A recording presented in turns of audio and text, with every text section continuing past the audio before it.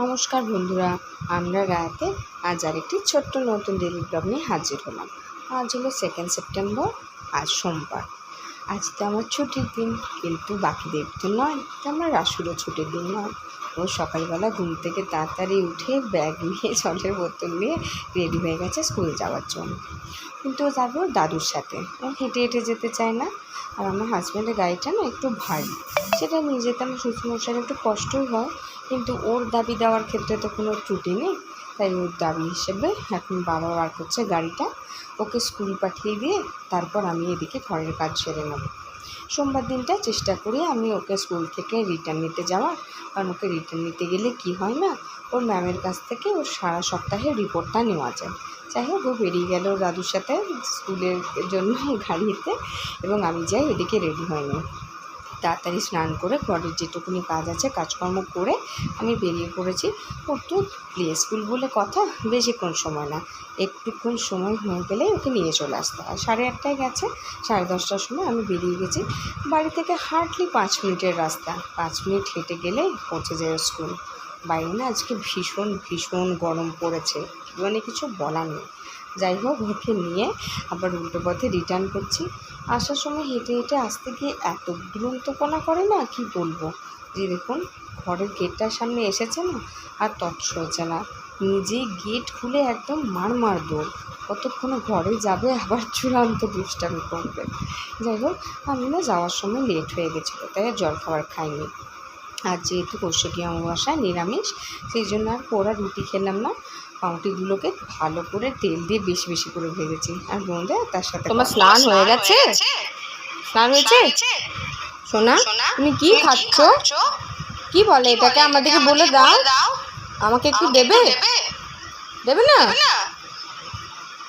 দিদিকে দেবে? তোমার ভালো লাগে পাঁপড় খেতে? এগুলোই খেতে তোমার ভালো লাগে না? মাছু খাবে? মাছু? আচ্ছা, তুমি খাও। হ্যাঁ, আমি একটু আসছি। আচ্ছা। মা আর বাবা গেছে আজকে একটুখানি ডাক্তার দেখাতে, মায়ের চোখের ডাক্তারটা। তাই রাসুর স্নানের পর্বটা করে আমি খাবারের ব্যবস্থাটা করছিলাম। আজকে জানেন তো, যেহেতু আজকে কৌশিকী অমাবস্যা, তো মা বলেছিল যে আজকে কোথাও ওই লুচি টুচি রান্নাই করবে, কিন্তু ওইটাকে দেখে দেখালাম হারে রোদ, সেজন্য লুচি নয়, আজকে অন্যরকম একটা আইটেম হয়েছে, কিন্তু সম্পূর্ণ নিরামিষ, সব কিছু কেটাকেটি ছাড়া। আজ হচ্ছে ভাত, গরম ভাতে যদি একটু ঘি থাকে তাহলে আর কিছু লাগে না বলে ঘি, এটা হচ্ছে ভাজা নুন, যেহেতু একটুখানি তেল প্রবলেম হয়, সেই জন্য আমি নুনটা ভেজে রাখি। আর আছে আমার অল টাইম ফেভারিট আলু সেদ্ধ, তেল লঙ্কা করে আলু সেদ্ধ, গোল গোল করে আলু ভাজা, বড় বড় করে পিস করে বেগুন ভাজা, আর আছে একদম মুগের ডাল, শুধু ঘি দেওয়া আছে, মধ্যে আর কিচ্ছু দেওয়া হয়নি, আর দিয়েছি পাঁপড়। এই সিম্পল রান্নাই আজকে করা হয়েছে, শুধুমাত্র কৌশিকী অমাবস্যা বলে। সেদিন আপনারা তো বলছিলেন না রোদটা, আবার দেখুন কি ভয়ঙ্কর রোদ।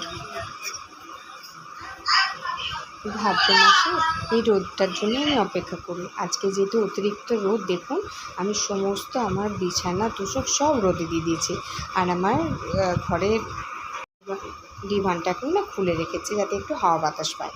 ওদিকে রাসু আমার ঘুমিয়ে গেছে, খাবার বাড়া হয়ে গেছে। মা আর বাবা ফোন করে বললো যে মাদের আসতে একটু দেরি হবে। আমি খাবারটা সেরে নিই, খাবার খেয়ে আবার একটু বাকি কাজগুলো করব। আজকে ছোট্ট ব্লগটা আপনাদের কেমন লাগলো প্লিজ জানাবেন। যদি ভালো লাগে একটা লাইক কমেন্ট শেয়ার করবেন। আবার আসবো পরের ব্লগে খুব তাড়াতাড়ি। ততক্ষণের জন্য আসি, ভালো থাকবেন, সুস্থ থাকবেন।